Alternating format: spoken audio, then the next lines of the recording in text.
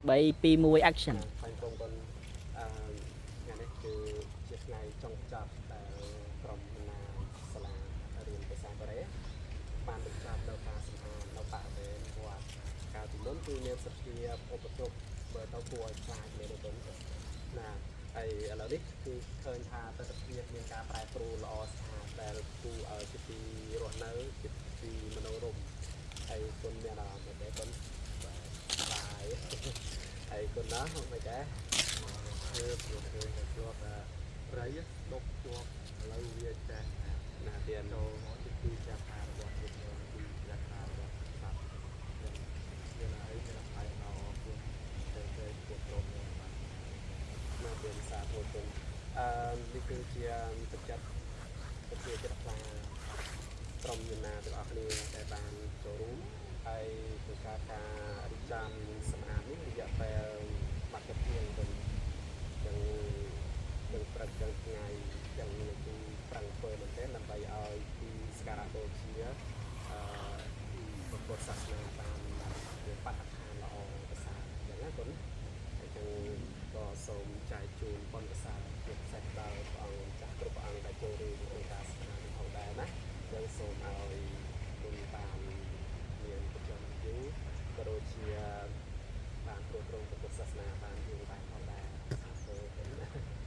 ហើយក៏សូមបំបំប្រមាកសាលផលបុណ្យដល់ពពុទ្ធទេវតា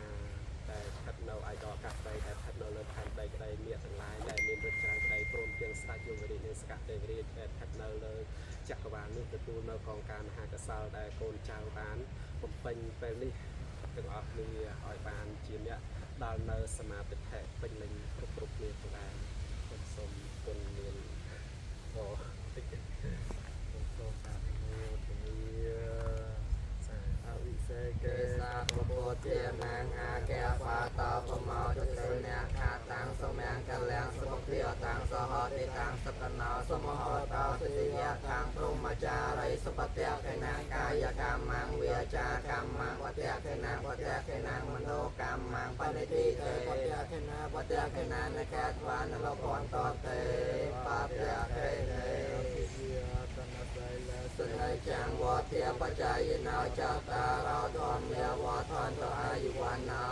សុខានពលំសាចឹងបុណ្យកុសលទាំងអស់នេះក៏ជួនទៅដល់បងប្អូនជនរួមជាតិក៏ដូចជាបងប្អូនសិស្សទាំងអស់គ្នាដែលកំពុងតែបំពេញកាតព្វកិច្ច